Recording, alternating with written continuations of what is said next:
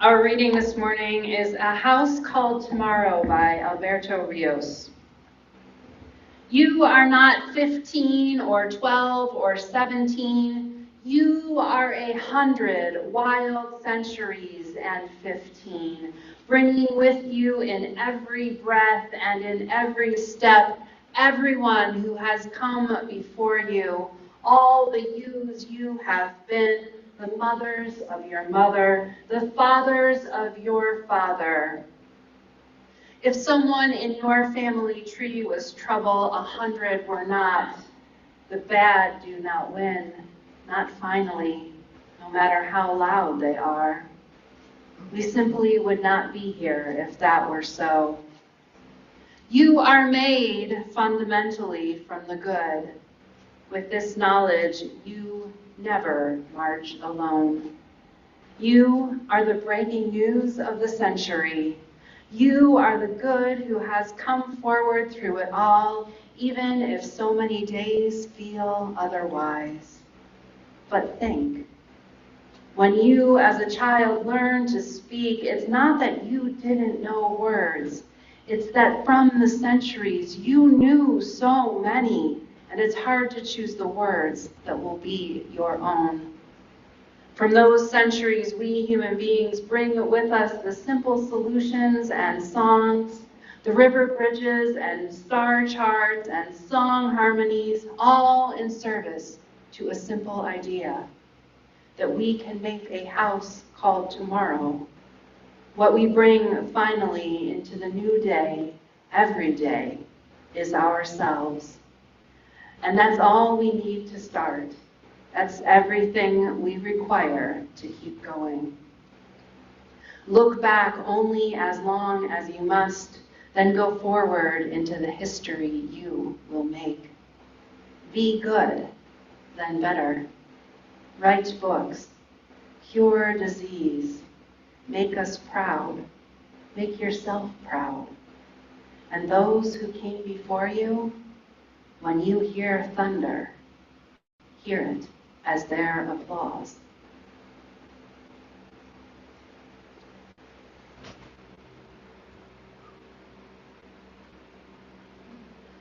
Love fiercely, because this all ends, said the meme that was my Facebook history not long ago. I've spoken before about how sometimes we fixate on rules and shoulds and things. We spend our time and energy following those rules instead of wondering if maybe they need to be changed. Like we need to follow the bylaws, or perhaps we notice that we need to change them so that the bylaws serve us now instead of us needing to serve them. It's like this in our lives too. I know no one here is going to be able to overhaul the tax system of the United States, but don't we all wish someone would? It doesn't seem like a particularly useful industry, meeting people whose lives and work are devoted to complicating what should be simpler lives. Is the IRS serving us, or are we serving it? And is that the vision of love fiercely, because this all ends? Don't get me wrong, I understand why we have rules and regulations and whatnot, and they have their place. And believe me, as a neurodivergent person, rules and regulations are one of the ways that I better understand boundaries that I need to navigate the neurotypical world. But we really do sometimes let them take over our lives, usually as a trade-off or some other thing. I give up my freedom to do whatever I want so I can live in a place. Mr. Plumbing and his neighbors clearly didn't have an HOA. Because I get something from the arrangement, like being able to live in that community. And mostly we're okay with it. I mean, maybe you can't hang your presidential hopeful flag, but you don't have to look at your neighbors either, right? We forget, though, that we have made up all the rules. Apart from the laws of physics and other elements of the natural world, everything we humans do is something we made up. And we end up spending our lives serving the rules instead instead of the rules serving us. My grandparents, my grandfather, not the same grandfather you heard about on Easter, the other one, was really, really sharp and could resource navigating tax laws like a boss. But he was also very thrifty. Maybe that should have been an also. Also, he was very thrifty. And thank goodness they didn't live in an HOA community. Sometime in my lifetime, when I was pretty small, they decided to repaint their house. So of course, they used leftover paint or what they could get for cheap. They combined a lot of it into what became a very brown. It was not pretty. So they used that for part of it, and that ran out, and then they used this golden yellow. And when that ran out, they used this salmon pinkish color. We used to joke about it being the house with the racing stripes horizontally across the house, and that there was no way you were going to miss it. I'm not sure that I can overstate how unpleasant it looked. My grandfather was a statistician and an engineer. He was a practical, logical, problem-solving man. There may have been elegance in his mathematical equations, but not in his decorating. And still, I wonder, just a little, if he wasn't trying, even if the result was impressively ugly, to use some creativity in making something new. I may be giving him too much credit, but I want to believe that even he, in his rules-ordered thinking, had an instinct for the slightest bit of whimsy, not unlike Mr. Plumbean. Today, we are kicking off our annual stewardship campaign, which will be led and facilitated by an awesome group, small group of people, but all dependent on you. This is the time of year when we ask you to make a financial commitment to the congregation for the coming year. This is important for us as leaders and staff because it's how we can plan. It's how we can say yes to another year with a minister, another year with our pianist, another year of paying the utilities and all the things that cost the congregation to make the experience you're having today keep happening for the next year. I did say it's a commitment, and I also want to name that things can change, and we all get that. We all know that a medical emergency or some life event can emerge that may require a change in that commitment. Or who knows, maybe you will come into a windfall of cash and there's a surplus instead of a deficit. In the first instance, we get it and it's okay. In the second, we would be so grateful. Last year, we asked for what we needed from y'all to support this congregation and its mission, and we did okay, although we didn't quite reach our goal. We'll be asking for a little bit less than we asked for last year, thanks to completing our solar panel lease in the next 2 quarters. Please thank the Finance Committee for their faithful work stewarding our financial resources. You can extra thank them by joining the team if you'd like.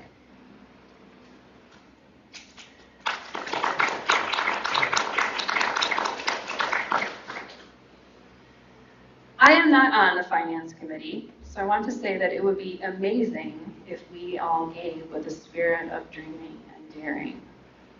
We live in a scary country, in a scary state, and for some of us, scary counties and scary communities. Because of all this, we might often feel afraid. And when we feel afraid, we often try to be small, to fit in, to be unnoticeable. If that's what you need, it's understandable. But here, I hope more for you, both as individuals and as a community.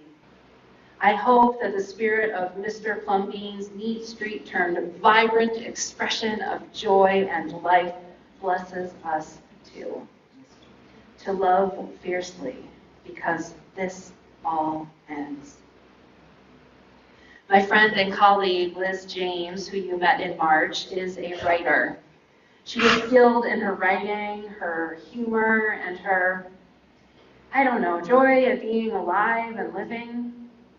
When we were in seminary together, she took trapeze lessons with some of our other colleagues, and she started the Unitarian Universalist Hysterical Society group on Facebook because we UUs can be a bit stiff and serious about ourselves, and we need to laugh more.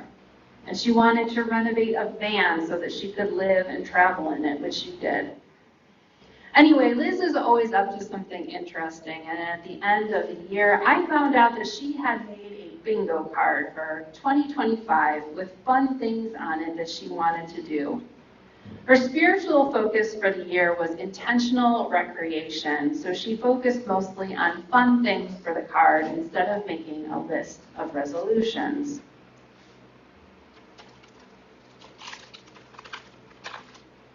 Some of the items were traditional New Year's resolutions, like exercise every day, although she was very clear that any amount counted. So if she got down and did 3 sit-ups, she was good. She also wanted to sail on Lake Superior, ask 7 people who intimidated her to hang out, give $100 spontaneously and in person to a stranger, do stand-up, learn to play the ukulele and use her sewing machine, among others. Liz noted that it wasn't so much that she had outcomes in mind other than getting her brain to prioritize what she values and wanted for herself this last year. So I thought, what if we did that in the congregation this year? Put some words to our dreams and dares. What if we don't want to just keep treading water, keep going on as is? What if we dream something even just a little more beautiful, a little more fun, a little more something? What if we dared to be just a little bit better or even just different this next year? Something that at least in this space we can look at and say, our house is us and we are it. Our house is where we like to be and it looks like all our dreams. Because here you are not just you. Here you are a part of another life and story, that of this community. This community striving to change the world first by living its values, by trying to do the hard work of being together, which even among people who tend toward generally similar beliefs is no small feat. We are learning to dream and dare together, which at its base is the heart of making a community. So, we have a bingo card for this year. And I started filling it out with some things that I thought that we've been thinking about, or some of us have been thinking about in some places. So we've got renew our welcoming congregation status, collaborate with Tri-UU on a project or service, Transgender Day of Remembrance service, exploring updating our covenant, mission, or vision statements, make our pledge goal, create a stewardship team, anybody? Develop leaders, host another outside group, simplify Sunday morning tech, find a new worship chair or chairs, replace defective sanctuary lights, and find a new communications chair. Would you like to put up a slot? Do you want to commit to being the chair and not just the interim? Yay!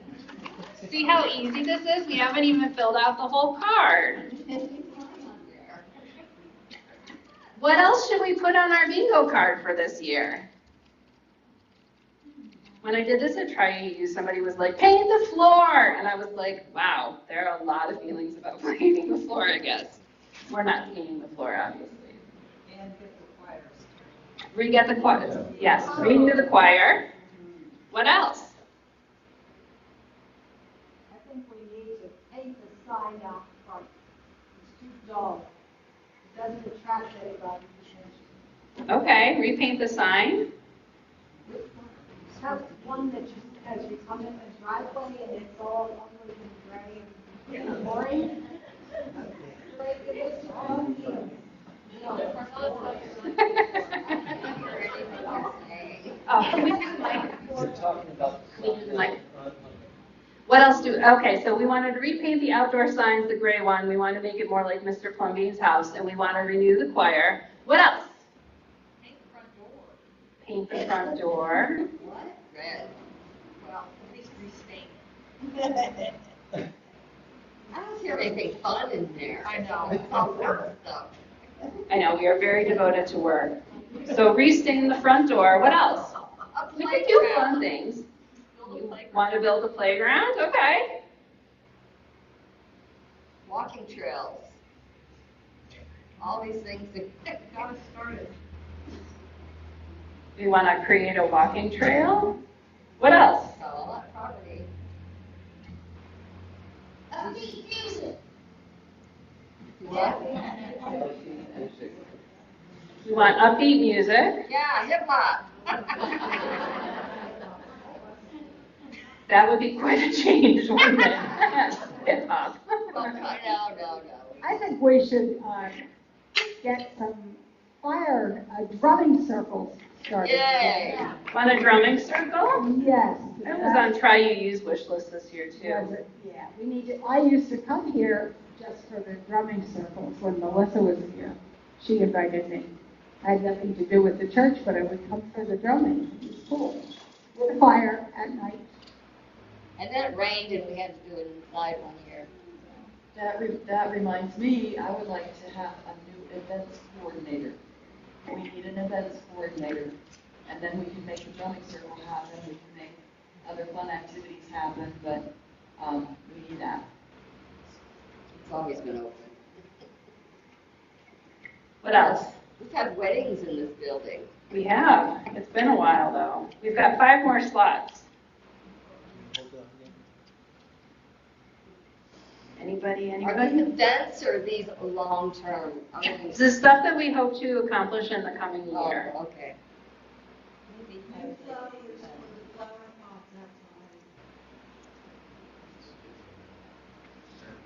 You want new flowers? Rainbow the parking lot. Paint it rainbow the parking lot. Like downtown Orlando. The whole.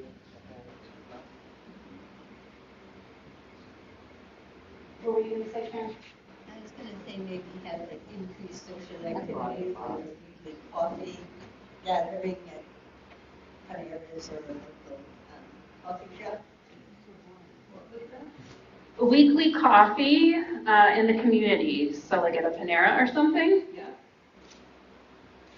Okay, 2 more. Meals for the homeless. We got a big kitchen. Hello? Yes, Mom. Hear me? Yeah. How about we have a economic, Sorry, Hong's trying to talk. hello? Yes. Okay.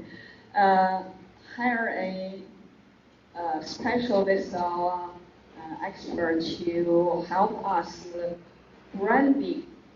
I think it's marketing promotion. All the word is not quite right. I have been thinking about this. I think it's maybe branding is better. So let the community, know us, who we are, and the passerby and the students, building, see the place, but not really know us. Even people come here to participate in dance, whatever, maybe they still don't know, and somehow I think we don't have the expertise perceived as we need somebody really good at this and help us. Okay, hire a branding consultant. Thank you, Hong. And yes. Yeah, if we could have like a hot dog, like outside, like serve hot dogs outside, like a hot dog grill, so people could see us having hot dogs outside and maybe come up and start talking. All right. Hot dog grilling event. A speakeasy. We wanted to do the coffee speakeasy. We've got a great area. All right. Look at your bingo card, guys. Where's Chris with the I'm going to find a way to hang this in the social hall so we can keep track of it and be paying attention to it over the course of the year. It's fun to watch as the spots go up. The spots so that we can think of Mr. Plumbee. Different spots. All right. Good job, everybody. And I did this at Tri-UU. We had a medical emergency, so thank you for not doing that. Everybody was fine, but it was a little stressful. All right. Okay. Now, as we achieve our goals, we'll get to use these excellent little slots that I showed you to tape onto the card so that we know that we've done it. What do we want to do if we get bingo? Reward ourselves? Yes, reward yourselves. How? I don't know. High fives all around. That's great. It is great. We'll find something. All right.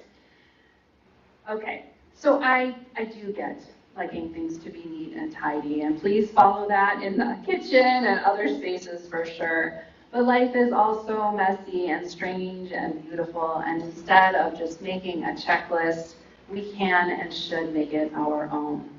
The spiritual theme we're considering this month is embracing possibility. While that does look like being open to what may come, it means being in community and keeping the fires in our own hearts alive. We do this by gathering, we do it by connecting, we do this by challenging. We are doing both dreams and dares. We do this by being and making a community. We do this by leaving a legacy of more than just a neat street for those who follow us. Our house is us and we are it. It looks like all our dreams and all our dares this year. Love fiercely, because this all ends. If you would please rise and lift your voice in song with me for our closing hymn, The Fire of Commitment.